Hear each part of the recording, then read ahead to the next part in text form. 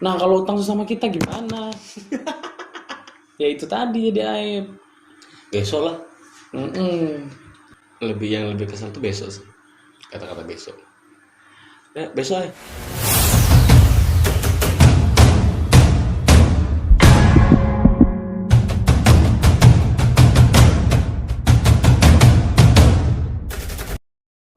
Hutang, menurut kau hutang itu apa?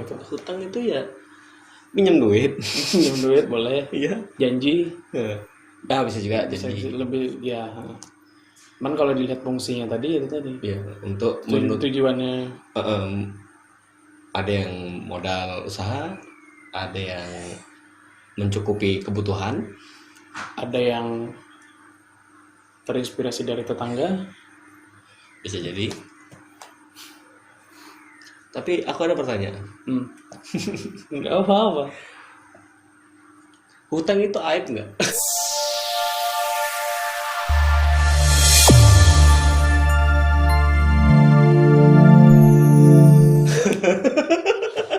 Wah, angel.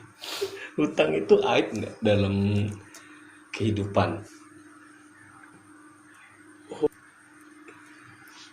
Tergantung utang sih. Oke, Kalau utang janji enggak. materi lah. Kalau Kita bilangnya materi aja. aib, Kenapa aib? Enggak. utang itu jadi aib ketika Jadi utang itu omongan. diketahui orang lain. Iya. Apalagi ditagih ke rumah. Nah, kalau misalnya utang tadi kan meminjam modal, meminjam uang untuk modal, ya kan, untuk modal usaha, kebutuhan itu bebas lah ya kan, tergantung orangnya. Kalau misalnya kayak perusahaan-perusahaan gede, dia utang juga loh ke luar negeri, loh itu nggak aib. Nah, itu makanya tadi aku bilang, tergantung situasinya juga, lihat sikonnya. Dia Kalau ketahuan apa enggak gitu, maksudnya oke tahu, oke ketahuan gitu kan. Tetapi kan kalau kita kotakin resmi sama tidak resmi lain aja. Kalau kalau resmi misalnya antara badan perusahaan ini sama ini, ya di situ kan terkait juga perjanjian gitu kan, kapan bayarnya gitu kan. Di situ pun ada juga legalnya juga gitu, undang-undangnya gitu. Kalau dicederanya kenapa gitu. Nah kalau utang sesama kita gimana? Ya itu tadi jadi aib. Meskipun 1.000 gitu misalnya kan. besok lah. Mm-mm. Yang lebih kesel tuh besok sih. Kata-kata besok. Ya, besok ya. Datang besok ya. Aduh kok telat. Enggak. Baru kok pakai. Bukan. Oh, Aku bilang apa kemarin? Besok. Besok lah. Nah, gitu ya terus sampai tuh si Firaun bangkit lagi. sampai lupa kan. Karena utang dia di satu sisi ya kayak menguntungkan lah gitu. Kan kadang ada beberapa orang yang memang butuh gitu kan, memang dia ya tanggung jawab gitu. Cuma kalau misalnya pas di tanggal yang jatuh temponya pas dia nggak bayar, misalnya nih orang yang ekonomi kelas bawah lah gitu kan, terus minjem duit kan, jatuhnya utang ya kan, bulan depan dibayar.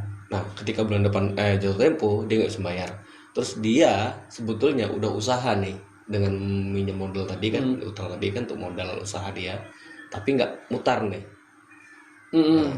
Itu gimana gitu, maksud itu kan dia udah berkata sejujurnya gitu kan, caranya dia itu gimana? Kalau menurut aku sih ya, kalau dia punya modal buat usaha, ternyata usaha yang dijalaninya nggak berjalan lancar lah, nggak berjalan lancar, nggak sesuai, istilahnya rugi lah, bangkrut lah gitu kan. Ya sepanjang memang kalau bener-bener sih ya paling kalau si yang penagih tukang pinjamin duit ini ngerti ada perjanjian setelah itu lagi, kurasa aman. ya berarti kan